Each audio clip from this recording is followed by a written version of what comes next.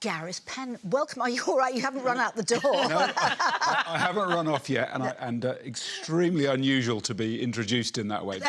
Lovely to see you both, and thank you very much. Lovely to see you. And we are now working together, aren't we?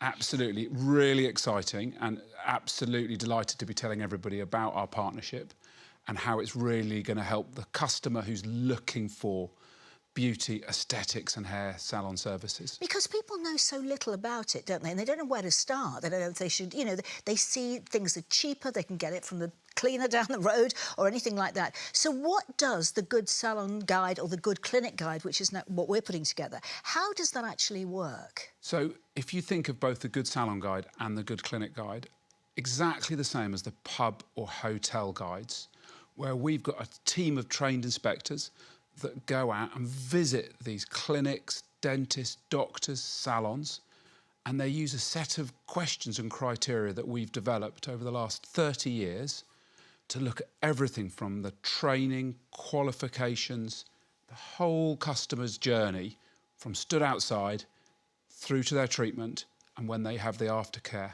following on. And from that, we will award a rating. And it's that rating the customer can use to make their informed decision about where they're going to go. Yeah, because That's fantastic, there's so much around now, isn't there? I was going to say, there is so much around, but I think 30 years ago, it was such an innovative idea, wasn't it? How did it all begin? So, yeah, I mean, amazing. 30 years ago, Good Salon Guide launched in 1993. By you? Wow. So it was a group of senior individuals in the hairdressing industry who understood that anybody could set up and run a hair or beauty salon with absolutely no training, qualifications or experience. And amazingly, that's still the case now. Really? Yeah. And so there is no overarching regulation for hairdressing in the United Kingdom. And it's from that gap that the Good Salon Guide was born, to inform the customer who is trained, who is qualified, who continues to invest in those areas. And so that's what we started with. That's amazing. And now, of course, as Debbie said, you can go anywhere, can't you? There's no regulations for Botox, for fillers. Well, So there never has been, and that's the reason why, you know, when you look at the Good Salon Guide and you want a hairdresser, you know that the people in your guide are actually, they've had they've done all their certificates, they've had all their stuff done. So, you know, they are, what's the word? Not valuated, what's it? Validated. Validated. Yes. Yeah, and we have looked at their certification. We have checked that they are what they say they are. yes. And this is the big problem with the internet now, is that what do we know? If we're reading something, do we know it's real? Is it AI? Is it put there by the owner? Yeah. We don't know. And so that's where an independent, truly independent guide to standards, to qualifications, is just even more important now, in 2025, than it was in 1993. Yeah, because I've always said you need more qualifications to wax legs than you do to give Botox. It's true. You need to make sure for whatever service you are giving, Yeah. not only are you suitably trained, but that you are suitably aftercare. supervised, Yep. that the premises has insurance. Because unbelievably, there are still a lot of practitioners in hair, beauty and even aesthetics who don't have appropriate insurance. And consumers assume that all of these things are a given. Yeah. All of the surveys we do of customers on the high street, when we go and ask them, do you think that hairdressers and beauty therapists in this country have a mandatory register? And over 90% of people say, yes, we do think that, and are shocked when they find out the truth. So how this do we is get actually... So sorry, darling. How do we get it out there? I mean, apart from our show, how do we get people to say, listen, before you go and have these treatments, before you go and have your hair done, before you go and have your Botox, please do your research, and we actually have done it for you. I think you've really hit the nail on the head there, is that we're doing the hard work on behalf of the consumer. Lots of people would rely on something like word of mouth. My friend went there for their treatment and had a great experience, so therefore it's good for me. But actually that just doesn't work, because what they wanted what they needed and what they're happy with are completely different to you. And you won't have them checking qualifications. You won't have them checking the insurance certificates. We do all that for them. Is that unique? I mean, the Good Clinic Guide, is that a one-off? Is it going to be something that, you know, isn't around? Is it something that is new? What's the USP for that? So absolutely, the Good Clinic Guide and Good Salon Guide are completely unique. Yep. There's nobody else in the market who offers a directory like we do, where the standards have been checked. People compare us, for example, to a Google search. If you're saying, I'm looking for a Botox clinic in North London, and it comes up with a list. But that list is really meaningless. It's based on location, rather than being based on, are these people trained? Do they even know what they're doing? And so that is why our unique offering is so different and so important for the customer. Because a lot of people will go somewhere just because it's the cheapest. Absolutely. And we have seen an increasing number of awful horror stories with infections in the nail, where we've had Botox done incorrectly, leading to life-changing scarring. And even, I'm sure people will remember the tragic story of a lady who had a Brazilian butt lift and tragically died. You know, that is a perfect example of why we need to make sure that we are only allowing people who are trained and supervised in a correct environment to do our treatments. So do you have like a lot of people going out to all the salons and clinics to test that? Because that must be a lot of work for you. Absolutely, we do. If you think of us a bit like the hotel inspector on TV, we genuinely go out with a clipboard and a yes/no, and we work through the yes/nos. And if a clinic or salon wants to join, but they don't meet our standards, they can't join. Wow. You know, the rating that you come out with is the rating you come out with, because that's driven by what the customer demands. So just say that I go to the Good Salon Guide and I see somebody that does something, and I think, right, I'm going to go to this person because she's recommended. I mean, if I'd have gone to her independently, there was no way I would have asked her, you know, for her qualifications. It actually feels quite rude to say, I'd like to see all of your qualifications, doesn't it, really? So, but I wouldn't, so I know that she's okay. But surely the most important thing, Gareth, with all of these treatments, even nails, is the aftercare. Absolutely. Aftercare is an integral part of all of the services. As you say, from nails through to the more surgical end of treatments, aftercare and the full consultation beforehand should be a fundamental part of the service. And yet for so many it isn't. I wonder why. I think probably laziness on the part of the practitioner is that actually what they want is in and out as quickly as possible, and they're forgetting the fundamentals behind what they're doing. Yeah.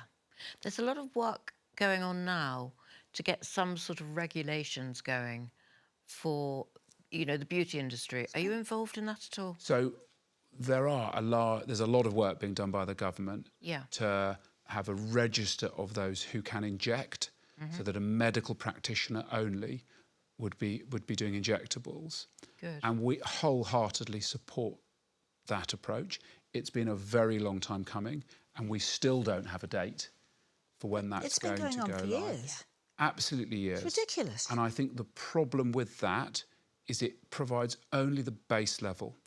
All you know, once that list comes out, is that your practitioner has a basic level of qualification. You don't know about the environment. You don't know about the level of aftercare and customer service. You don't know any of those things, and that's why the Good Clinic Guide and the Good Salon Guide still remain really, really relevant, even once that register's come in. Yeah, absolutely. So, obviously, there's a cost to this, and it's not a big cost, but it's, you know, it's a continual cost. So, what do you think are the benefits for the actual beauticians and the clinics? What is the benefit for them? So, yeah, absolutely. The benefits to the salons or the clinics or the beauty therapists are that they should see an increase in the number of clients. because the clients can then choose that premises with confidence. And that's even more important for things like repeat visits, because we can't take our clients for granted. We've absolutely got to keep working with them. And it does help people stop kind of moving around. Yeah, and it's also, you feel, because you've gone via the Good Salon Guide, that you will be safe. Absolutely. And if you are unhappy with your service, you can complain through us. If you perhaps weren't comfortable to complain direct to the salon or to the clinic, you can complain through Good Salon Guide.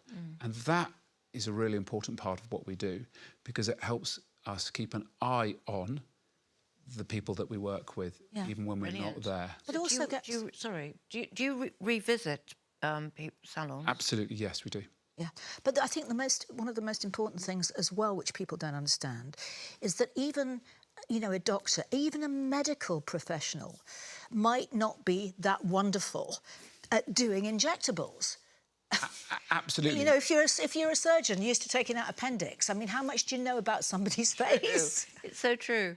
That's absolutely right. And that is one of the main problems with some of these new regulations coming in, is that it says that you've got the base qualification, but it doesn't say that you've got experience in what you're doing.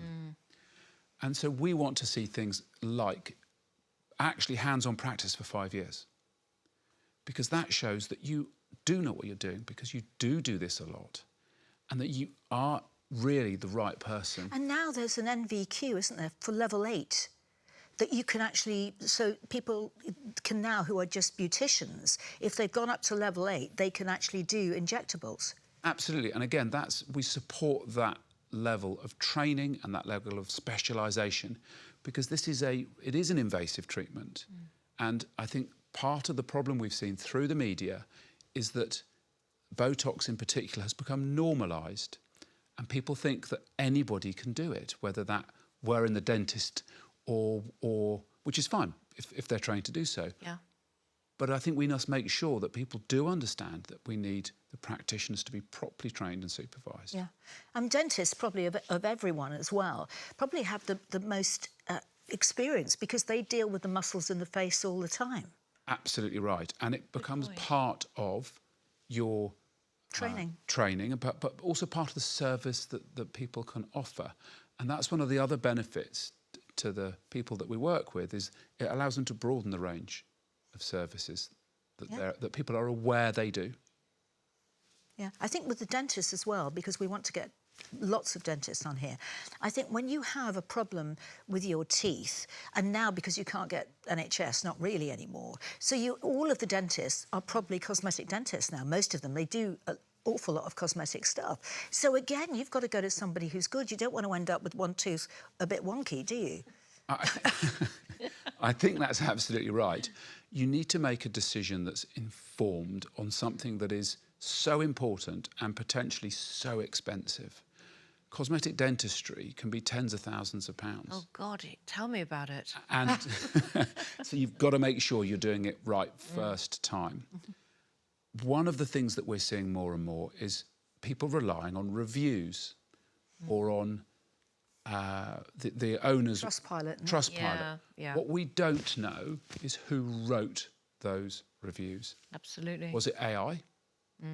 Was it the owner themselves? Or was it a genuine customer? And again, that just increases the importance of independent inspection and the importance of independent standards. I mean, because in our grandparents' day, not necessarily our parents, but grandparents' day, they all used to just get their teeth taken out.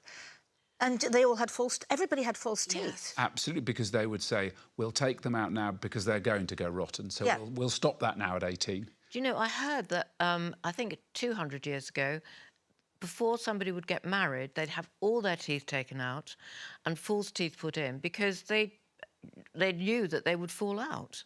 Isn't that weird? And isn't it wonderful that we've moved on to now wanting to have perfect teeth? And apparently, you'll be able to grow your own teeth soon. You heard about that? on the side my of your arm, goodness. No, or no. Oh yes, hold on a minute. I'm hungry. I'll just eat it. No, apparently that is coming back. They're working with rats at the moment. DNA sort of thing. Yeah, it's soon. I mean, that's what my dentist Hugo said. He said within the next 5 years, you'll be able to grow your own teeth. amazing. And that is the sort of science and development that we all need to keep on top of to make sure that things like that are included in our assessment so that when it does come, we're all aware of it and we know the pros and we know the cons and we know who's suitable and trained to deliver that Gareth, service. do you also, in the Good Salon and the Good Clinic Guide, do you also give a price guideline? Is that part of what you do? So one of the things included on the listing, where all the information about that premises is shown, are the target prices, normally on a from basis. So if you were having some dentistry, it would be a from this price, to give the customer a good indication as to what they can expect. However, there's a big difference between a hair salon appointment, where a full head of highlights is going to be a from to price, and some new teeth, where it's likely to be only a from price because actually what you'll end up with will be subject to consultation. Yeah. And it's very, very important, I think, that people don't realise that about their teeth until they start going wrong. And they also don't realise that the shape of the mouth, which, I mean, why don't we realise these things? They're so basic that if you do have implants or anything put in, your face changes. Oh, God, yeah. Absolutely, and your face changes as you get older. Mine hasn't, of course. Perfect. Oh, of course not. These used to be my boobs. And I mean, I think that keeping people aware, and one of the things, and that's why we love working with you guys, is because actually it's helping to inform people about the changes their body's going to go through as they get older, and how we can work with that, not against it, to end up with some really, really good outcomes. Fantastic. I think that's amazing. And for consumers, I think this is a given. Revolutionary. I'd love to hope so. I think that this is really something both for a salon, for a hair salon, for beauty, for aesthetics, dentistry.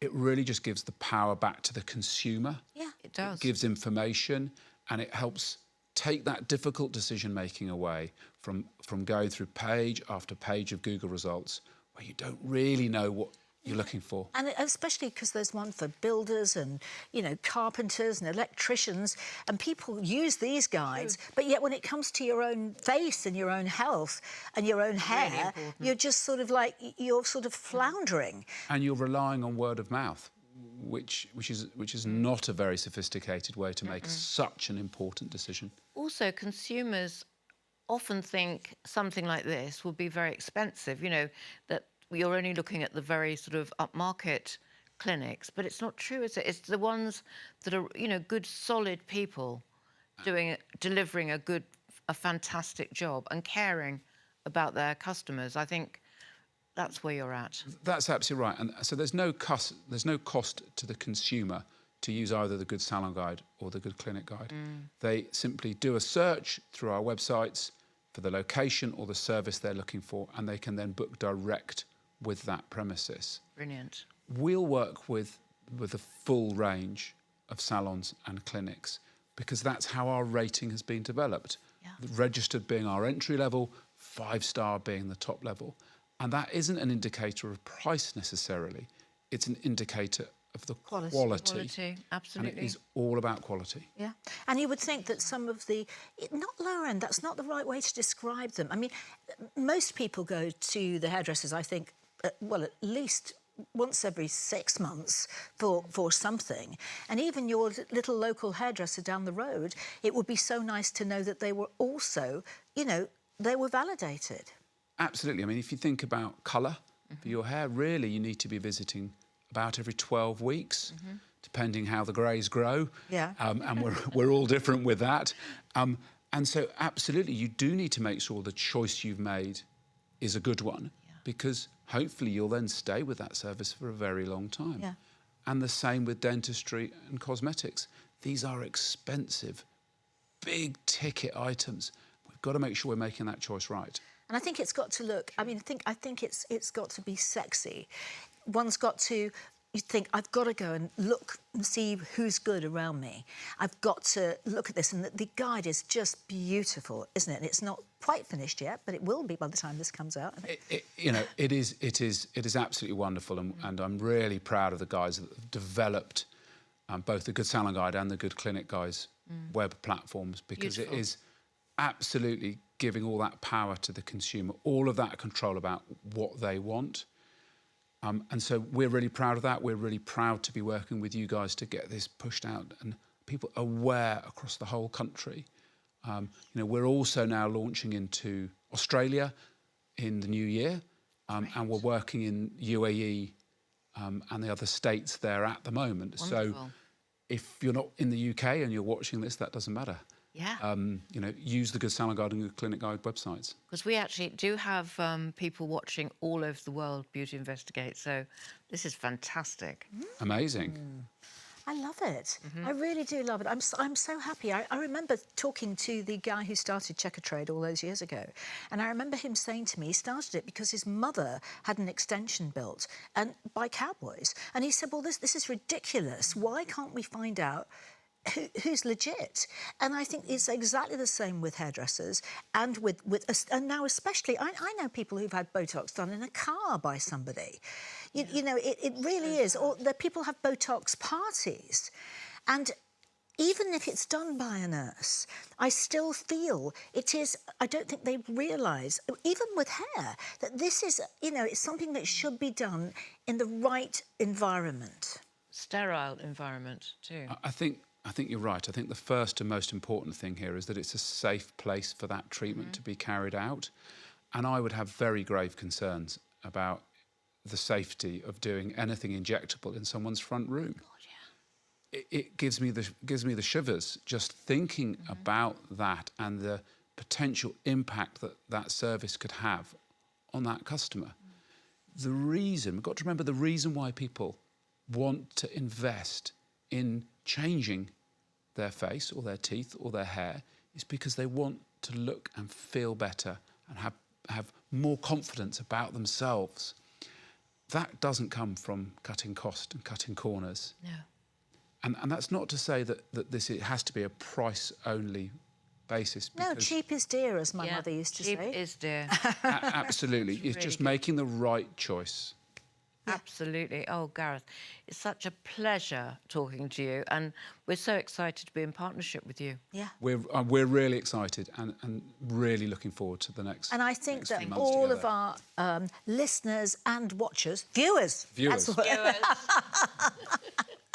all of them will love this, because at least now we've been saying this, we've been banging on about it for ages. Always make sure the person that you go to is legitimate. And now Gareth has appeared like a little angel.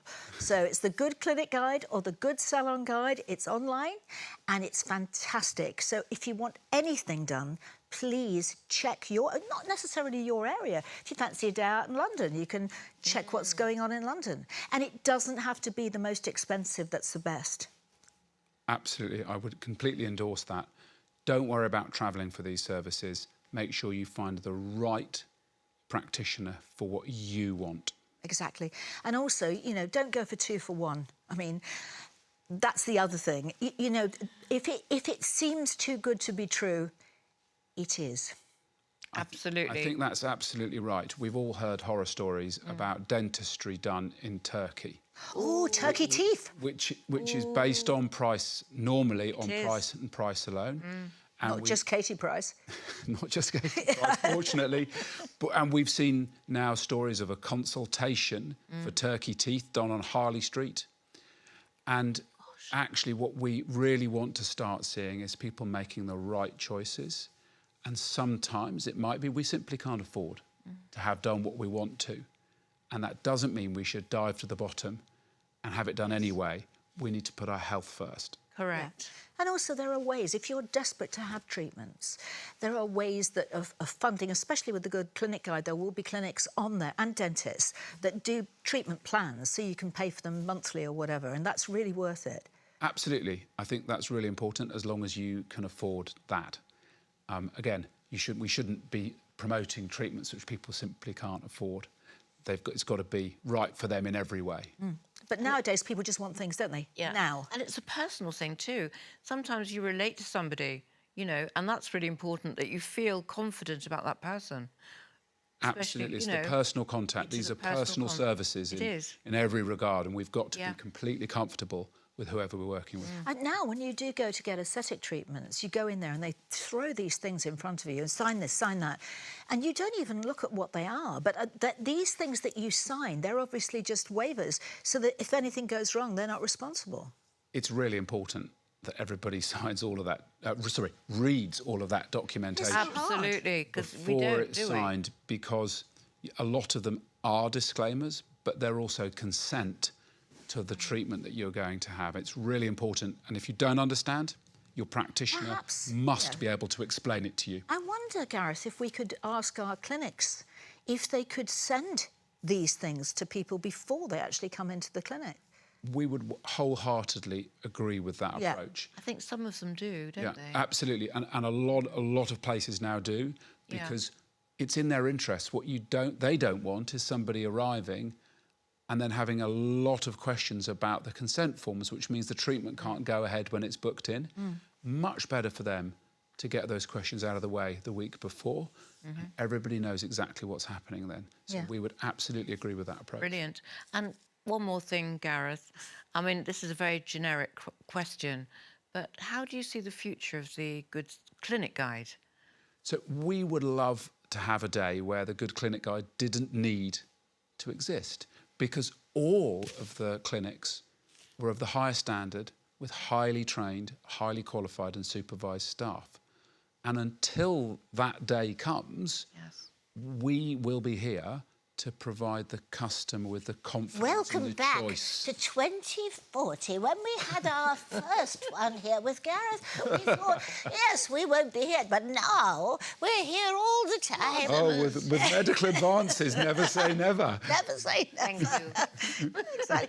Thank you, Gareth, and thank you for joining us in partnership. We are thrilled, and we're going to get all of our viewers to come to the Good Salon Guide or come to the Good Clinic Guide and find out any treatments you want. They will be there. Travel, but remember, you're looking for the best.